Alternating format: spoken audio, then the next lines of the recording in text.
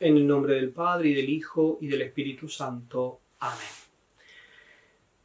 Vamos a considerar en esta última exposición sobre el amor humano, también llamado Teología del Cuerpo, que Juan Pablo II realizó en una serie de 23 audiencias. Vamos a considerar especialmente 5 temas que son un poco el hilo conductor en los argumentos que él desarrolla. A saber, en primer lugar, la donación mutua. Segundo, la plenitud propia de la mujer. Tercero, el origen divino del matrimonio, llamados a la santidad y a la gloria. Cuarto, Génesis 4 y el sentido de conocerse en la convivencia matrimonial. Quinto, la mujer llamada a ser madre. Primero, entonces, la donación mutua. Dice Juan Pablo II, decía San Juan Pablo II, partiendo desde el punto de la inocencia interior y de la rectitud de intención en la cual se encuentra el hombre y se encuentra la mujer antes de ser dada al hombre, siempre antes del pecado original. Que en el intercambio el don que da la mujer al hombre, a la mujer, el hombre a la mujer al hombre, en el intercambio del don consiste en una recíproca aceptación del otro, tal que corresponda a la esencia misma del don. De este modo, la donación mutua crea la comunión de las personas. Por esto se trata de recibir al otro ser humano y de aceptarlo. Por eso, donación y donación recíproca. Recibir y aceptarlo, precisamente porque en esta relación mutua de la cual habla el Génesis 2, 23 al 25, el varón y la mujer se convierten en don el uno para el otro, mediante toda la verdad y la evidencia de su propio cuerpo en su masculinidad y feminidad. Lo contrario de esta recepción o aceptación del otro ser humano como don sería una privación del don mismo y por esto un trastueque, utiliza esa expresión, o incluso una reducción del otro a objeto para mí mismo. Esta doble situación que presenta aquí San Juan Pablo Magno coincide con la situación del hombre y de la mujer antes del pecado original, como decíamos recién, y luego del pecado original. Es necesario constatar ya aquí en este texto de Génesis 2, 23, 25, que producir tal extorsión de objetivar, de utilizar como objeto a la otra parte en la vida matrimonial, producir tal extorsión al otro ser humano en su don, a la mujer por parte del varón y viceversa, y reducirlo interiormente a mero objeto para mí, debería señalar precisamente el comienzo de la vergüenza. Efectivamente, esta corresponde a una amenaza inferida al don en su intimidad personal y testimonia el derrumbamiento interior de la inocencia en la experiencia recíproca, justamente como consecuencia del pecado original. El tema de la vergüenza y del pudor son también tratados por San Juan Pablo Magno con mayor extensión, el mismo tema de la inocencia. Nosotros no hemos entrado en mérito, pero bien pueden leerlo también en estas audiencias, en esta primera sección de audiencias. Segundo punto, la plenitud propia de la mujer. Según Génesis 2, 23, 25, Dios da al hombre la mujer, y esta donación de la mujer y su acogida por parte del hombre nos permite deducir que la mujer fue, como dice el pasaje bíblico, dada al hombre por el Creador. Y por eso es aceptada, es acogida como don, gracias a la inocencia originaria.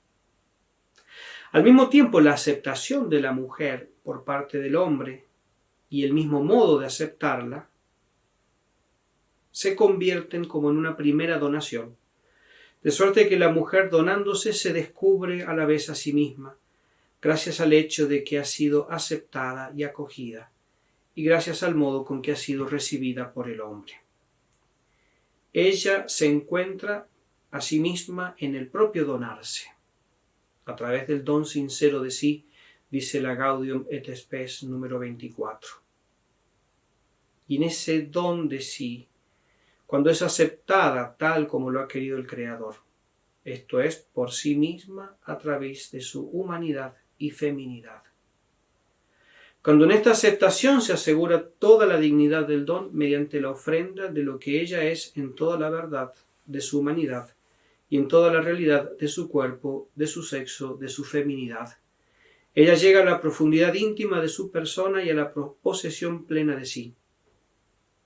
Añadamos, siempre dice San Juan Pablo Magno, que este encontrarse a sí mismos en el propio don se convierte en fuente de un nuevo don de sí, que crece en virtud de la disposición interior al intercambio del don, y en la medida en que encuentra una igual e incluso más profunda aceptación y acogida, como fruto de una cada vez más intensa conciencia del don mismo. Se puede así entender en este segundo relato de la creación que este relato ha asignado al hombre desde el principio la función de quien sobre todo recibe el don. La mujer está confiada desde el principio a sus ojos, a su conciencia, a su sensibilidad, a su corazón, dice San Juan Pablo II. Él, en cambio, debe asegurar de cierto modo el proceso mismo del intercambio del don, la recíproca compenetración del dar y del recibir el don, la cual precisamente a través de su reciprocidad crea una auténtica comunión de personas. Si la mujer en el misterio de la creación es aquella que ha sido dada al hombre, éste por su parte al recibirla, como don en la plena realidad de su persona y feminidad, por esto mismo la enriquece, y al mismo tiempo él se enriquece en esta relación recíproca. El hombre se enriquece no solo mediante ella, que le dona la propia persona y feminidad, sino también mediante la donación de sí mismo. Por eso lo que ya hemos explicado respecto a la hermenéutica del don, aquí encuentra en estas últimas series, digamos, de esta primera sesión de catequesis, su realización efectiva. La donación por parte del hombre en respuesta a la de la mujer es un enriquecimiento para él mismo. En efecto, ahí se manifiesta como la esencia específica de su masculinidad, que a través de la realidad del cuerpo y del sexo alcanza la íntima profundidad de la posesión de sí, gracias a la cual es capaz tanto de darse a sí mismo como de recibir el don del otro. El hombre, pues, no sólo acepta el don, sino que a la vez es acogido como don por la mujer en la revelación de la interior esencia espiritual de su masculinidad, juntamente con toda la verdad de su cuerpo y de su sexo. Al ser aceptado así, se enriquece por esta aceptación y acogida del don de la propia masculinidad. A continuación, esta aceptación en la que el hombre se encuentra a sí mismo a través del don sincero de sí, se convierte para él en fuente de un nuevo y más profundo enriquecimiento de la mujer con él. Este intercambio es recíproco, y en él se revelan y crecen los efectos mutuos del don sincero y del encuentro de sí. En el misterio de la creación, el hombre y la mujer han sido dados por el Creador de modo particular, el uno al otro. Y esto no solo en la dimensión de la primera pareja humana y de la primera comunión de personas, sino en toda la perspectiva de la existencia del género humano y de la familia humana. El hecho fundamental de esta existencia del hombre en cada una de las etapas de su historia es que Dios los creó varón y mujer. Efectivamente, siempre los crea de este modo y siempre son así. La comprensión de los significados fundamentales encerrados en el misterio mismo de la creación, como el significado esponsalicio del cuerpo, es importante e indispensable para conocer quién es el hombre, quién debe ser, y por lo tanto cómo debería plasmar la propia actividad. Esto es cosa esencial e importante para el porvenir del ethos humano. Así, Génesis 2:24 constata que los dos, varón y mujer, han sido creados para el matrimonio. Por eso dice el pasaje, dice el versículo, dejará el hombre a su padre y a su madre, y se unirá a su mujer, y vendrán a ser los dos una sola carne. De este modo se abre una gran perspectiva creadora, que es precisamente la perspectiva de la existencia del hombre que se renueva continuamente por medio de la procreación. Esta perspectiva, profundamente arraigada en la conciencia de la humanidad y también en la conciencia particular del significado esponsalicio del propio cuerpo. Génesis 2, 25. El varón y la mujer, antes de convertirse en marido y esposa, y en concreto hablará de ello Génesis 4.1, surgen del misterio de la creación ante todo como hermano y hermana en la misma humanidad. La comprensión del significado esponsalicio del cuerpo en su masculinidad y feminidad revela lo íntimo de su libertad, que es la libertad del don. En esta comunión de personas está perfectamente asegurada toda la profundidad de la soledad originaria del hombre, el primero de todos, y al mismo tiempo esta soledad viene a ser penetrada y ampliada de modo maravilloso por el don del otro. Si el hombre y la mujer dejan de ser recíprocamente don desinteresados como lo eran el uno para el otro en el misterio de la creación, entonces se dan cuenta de que están desnudos. Y entonces nacerá en sus corazones la vergüenza de esa desnudez que no habían sentido en el estado de inocencia originaria. Ya habíamos hecho referencia a esta vergüenza fruto del pecado original. Juan Pablo II va a tratar más sobre lo que significa en el orden establecido por Dios esta mutua relación hombre y mujer. Nosotros lo vamos a hacer muy sintéticamente, pero les recomiendo la lectura de estas últimas audiencias de Juan Pablo II en las cuales se explaya sobre este misterio de la creación y de la procreación. Punto tercero. El origen divino del matrimonio, el llamado a la santidad y a la gloria. El libro del Génesis pone de relieve desde el inicio que el hombre y la mujer han sido creados para el matrimonio, ya explicado. Dice el versículo: por eso dejará el hombre a su padre y a su madre y se adherirá a su mujer, y vendrán a ser los dos una sola carne. De este modo se abre la gran perspectiva creadora de la existencia humana que se renueva constantemente mediante la procreación. Antes del pecado original, el hombre y la mujer no se reducían a meros objetos, porque tenían conciencia de ser don, estaba ordenado, de ser mutuamente el don uno para el otro, y de que no podría ser de otro modo. Tenían conocimiento del significado esponsalicio del propio cuerpo. El hombre y la mujer, después del pecado original, perderán la gracia de la inocencia original. El descubrimiento del significado esponsalicio del cuerpo dejará de ser para ellos una simple realidad de la revelación y de la gracia. Sin embargo, este significado permanecerá como prenda dada al hombre por el ethos del don, inscrito en lo profundo del corazón humano como un eco lejano de la inocencia originaria. De ese significado esponsalicio se formará el amor humano en su verdad interior y en su autenticidad subjetiva. Y el hombre, aunque a través del velo de la vergüenza, se descubrirá allí continuamente a sí mismo como custodio del misterio del sujeto, esto es, de la libertad del don, capaz de defenderla de cualquier reducción a posiciones de puro objeto. Nos encontramos siempre, sin embargo, hasta aquí, en los umbrales de la historia del hombre. El varón y la mujer no los han atravesado todavía hacia la ciencia del bien y el mal. Están inmersos en el misterio mismo de la creación y de la profundidad de este misterio escondido en su corazón. Y en su corazón está la inocencia, la gracia, el amor, la justicia. Como dice Dios, luego de crear al hombre y a la mujer y de ver toda la creación, vio Dios ser muy bueno cuanto había hecho. Así, en esta dimensión se constituye un sacramento primordial, entendido como signo que transmite eficazmente en el mundo visible el misterio invisible escondido en Dios desde la eternidad. Y este es el misterio de la verdad y del amor, el misterio de la vida divina, de la que el hombre participa realmente. En la historia del hombre es la inocencia originaria la que inicia esta participación y es también fuente de la felicidad originaria. El sacramento, como signo visible, se constituye con el hombre en cuanto cuerpo, mediante su visible masculinidad y feminidad.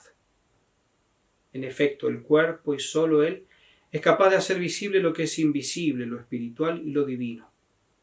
Ha sido creado para transferir a la realidad visible del mundo el misterio escondido desde la eternidad en Dios y ser así su signo. Por tanto, en el hombre creado a imagen de Dios se ha revelado en cierto sentido la sacramentalidad misma de la creación. El sacramento del mundo y el sacramento del hombre en el mundo proviene de la fuente divina de la santidad y simultáneamente está instituido para la santidad. La inocencia originaria unida a la experiencia del significado esponsalicio del cuerpo es la misma santidad que permite al hombre expresarse profundamente con el propio cuerpo. Y esto precisamente el don sincero de sí mismo. La conciencia del don condiciona en este caso el sacramento del cuerpo. El hombre se siente en su cuerpo de varón o de mujer sujetos de santidad. Con esta conciencia del significado del propio cuerpo, el hombre como varón y mujer entra en el mundo como sujeto de verdad y de amor. Se puede decir, dice San Juan Pablo II, siempre seguimos sus textos en modo de seguir su razonamiento. Se puede decir que este paso del 2:23-25 del libro del Génesis realiza la primera fiesta de la humanidad en toda la plenitud originaria de la experiencia del significado esponsalicio del cuerpo. Y es una fiesta de la humanidad que trae origen de las fuentes divinas de la verdad y del amor en el misterio de la creación. Y aunque muy pronto sobre esta fiesta originaria se extiende el horizonte del pecado y de la muerte, Génesis 3, sin embargo ya desde el misterio de la creación sacamos una primera esperanza, es decir, que el fruto de la economía divina de la verdad y del amor, que fue revelada desde el principio, no es la muerte, sino la vida. Y no es tanto la destrucción del cuerpo del hombre creado a imagen de Dios, cuanto más bien la llamada a la gloria, a la cual está llamado el hombre y la creación. Por eso, qué profundo lo que Juan Pablo II logra en estas últimas audiencias, luego de habernos preparado, mediante la explicación del sentido esponsalicio del cuerpo, mediante la explicación de lo que es la hermenéutica del don y del sentido original que Dios estableció en el sacramento del matrimonio, que nace de la fuente divina, como decíamos, ¿no? Igual elevada si bien al orden sacramental por nuestro Señor Jesucristo, ya estaba en la mente divina al crear al hombre y a la mujer, este orden al que hace Juan Pablo II referencia. Punto cuarto. El paso de Génesis 4 que leeremos ahora nos introduce en el sentido del conocerse en la convivencia matrimonial. Conoció el hombre a su mujer, dice el Génesis, que concibió y dio a luz a Caín, diciendo: he alcanzado de Yahvé un varón. Volvió a dar a luz y tuvo a Abel, su hermano. Génesis 4, 1-2. Juan Pablo II explica aquí el sentido del verbo yadá en hebreo, conocer, y el sentido de conocer en el sentido pleno y experimental del término en la mente semita. Decía él en la audiencia del 5 de marzo del 80. Si conectamos con el conocimiento ese primer hecho del nacimiento de un hombre en la tierra, lo hacemos basándonos en la traducción literal del texto, según el cual la unión conyugal se define precisamente como conocimiento. De hecho, la traducción citada dice: Adán se unió a Eva, su mujer, mientras que a la letra debe decir: conoció a su mujer, que es la que hemos elegido nosotros para la lectura. Lo que parece corresponder más adecuadamente al sentido del término original yadá. Es significativo que la situación en la que marido y mujer se unen tan íntimamente entre sí que forman una sola carne, se defina como un conocimiento en el Génesis. Efectivamente, de este modo, de la misma pobreza del lenguaje parece emerger una profundidad específica del significado, que se deriva precisamente de todos los significados analizados hasta ahora. Con este bíblico conoció, que aparece por primera vez aquí, por una parte nos encontramos frente a la directa expresión de la intención humana, y por otra frente a toda la realidad de la convivencia y de la unión conyugal, en la que el hombre y la mujer se convierten en una sola carne. Al hablar aquí de conocimiento, aunque sea a causa de la pobreza del lenguaje, la Biblia indica la esencia más profunda de la realidad de la convivencia matrimonial. Esta esencia aparece como un componente y a la vez como un resultado de esos significados, cuya huella tratamos de seguir desde el comienzo de nuestro estudio. Efectivamente, forma parte de la conciencia del significado del propio cuerpo. Se revela, pues, el uno a la otra, con esa específica profundidad del propio yo humano, que se revela precisamente también mediante su sexo, su masculinidad y feminidad. Y entonces, de manera singular, la mujer es dada al hombre de modo cognoscitivo y él a ella. Entonces, el conocimiento del acto creador o procreador es fruto de un conocimiento mucho más profundo que el hombre y la mujer mutuamente llevan adelante en la propia vida. Si debemos mantener la continuidad respecto a los análisis hechos hasta ahora, particularmente respecto a los últimos que interpretan al hombre en la dimensión del don, es necesario observar que según el libro del Génesis, datum y donum son equivalentes. Punto quinto, como decíamos, volviendo al tema del lugar específico y especial que ocupa la mujer desde el inicio. La mujer llamada a ser madre. Génesis 4.1 nos presenta el misterio de la feminidad, que se manifiesta y se revela hasta el fondo mediante la maternidad, como dice el pasaje bíblico, la cual concibió y parió. La mujer está ante el hombre como madre, sujeto de la nueva vida humana que se concibe y se desarrolla en ella, y de ella nace al mundo. Así se revela también hasta el fondo el misterio de la masculinidad del hombre, es decir, el significado generador y paterno de su cuerpo. La constitución de la mujer, diferente del varón respecto inclusive en la situación biofisiológica más profunda, se manifiesta exteriormente solo en cierta medida en la estructura y en la forma de su cuerpo. La maternidad manifiesta esta constitución interiormente, como particular potencialidad del organismo femenino, que con peculiaridad creadora sirve a la concepción y a la generación del ser humano con el concurso del varón. El conocimiento condiciona la generación, como ya hemos explicado. Toda la constitución del cuerpo de la mujer, su aspecto particular, las cualidades que con la fuerza de un atractivo perenne, decía el Papa, están al comienzo del conocimiento de que habla el Génesis 4.1.2, están en unión estrecha con la maternidad. Y por eso la Biblia y posteriormente la liturgia, con la sencillez que les es característica, honra y alaba a lo largo de los siglos el seno que te llevó y los pechos que te amamantaron, haciendo referencia al paso evangélico en el cual Nuestra Señora la Virgen Santísima, recibe esta alabanza que le dan a Cristo, que le dicen a Cristo. Estas palabras constituyen en efecto un elogio a la maternidad, de la feminidad, del cuerpo femenino en su expresión típica del amor creador. Y son palabras que en el Evangelio se refieren a la Madre de Cristo, María, segunda Eva. En cambio, la primera mujer, en el momento en que se reveló por primera vez la madurez materna de su cuerpo, cuando concibió y dio a luz, dijo: he alcanzado de Yahvé un varón. La primera mujer, parturienta, tiene plena conciencia del misterio de la creación que se renueva en la generación humana.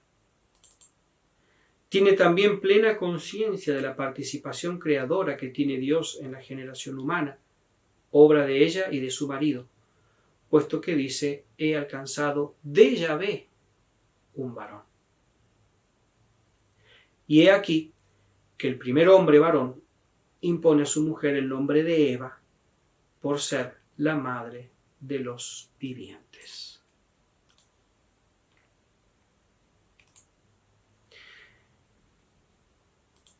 Bien, hasta aquí la explicación de los razonamientos tan profundos de la antropología teológica, de la teología del cuerpo, sobre el amor humano que Juan Pablo II lleva adelante en esta primera serie. Ahora, a modo conclusivo, seguiremos la explicación, el texto de las audiencias, de la última audiencia que él dio, donde realiza Juan Pablo II una reflexión al hombre moderno, al hombre contemporáneo, invitándole a entender lo que ha sido el orden establecido por Dios y que Juan Pablo II ha buscado de profundizar en esos primeros años de su pontificado. Vamos entonces hacia esta conclusión. Hemos visto desde el inicio, decía él, en los evangelios según Mateo y según San Marcos, la respuesta que Cristo refiere a los fariseos para explicarles a ellos la indisolubilidad del matrimonio y refutar así la objeción presentada al considerar el modelo de Moisés. Nuestro Señor le responde a los fariseos, sus interlocutores, citando el libro del Génesis. ¿No habéis leído que al principio el Creador los hizo varón y mujer?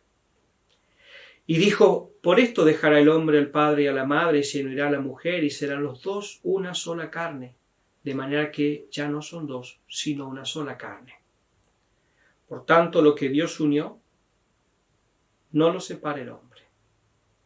Luego, refiriéndose a su pregunta sobre la ley de Moisés, Cristo añade, fue por la dureza de vuestro corazón que Moisés permitió repudiar a vuestras mujeres, pero al principio no fue así. Cristo entonces remite al principio, al orden y a la legislación establecida por Dios en la creación primigenia, y de allí parte la reflexión que hace San Juan Pablo II en esta primera serie de catequesis. Pero esa respuesta de Cristo tiene un significado no solamente histórico, es decir, no solamente en aquel primer momento, sino también para el hombre de hoy. También lo hacen nuestros contemporáneos, decía él, los cuales, sin embargo, en sus preguntas no se remiten a la ley de Moisés, que admitía el libelo de repudio, sino a otras circunstancias y a otras leyes.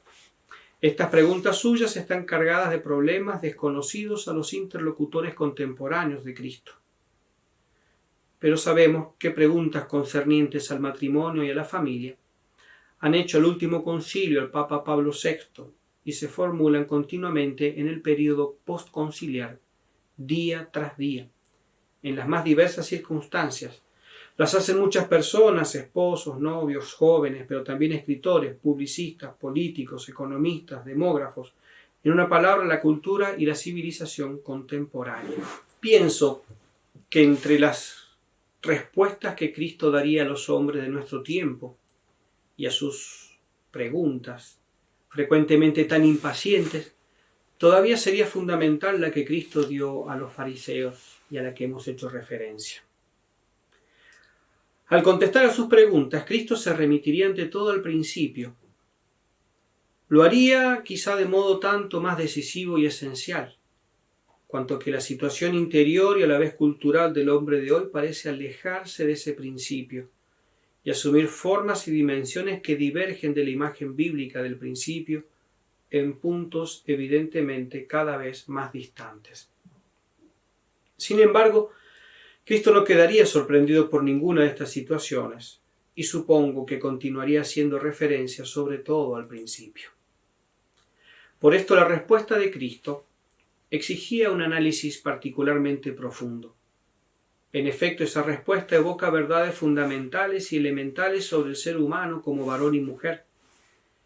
Es la respuesta a través de la cual entrevemos la estructura misma de la identidad humana, en las dimensiones del misterio de la redención y al mismo tiempo en la perspectiva del misterio de la redención.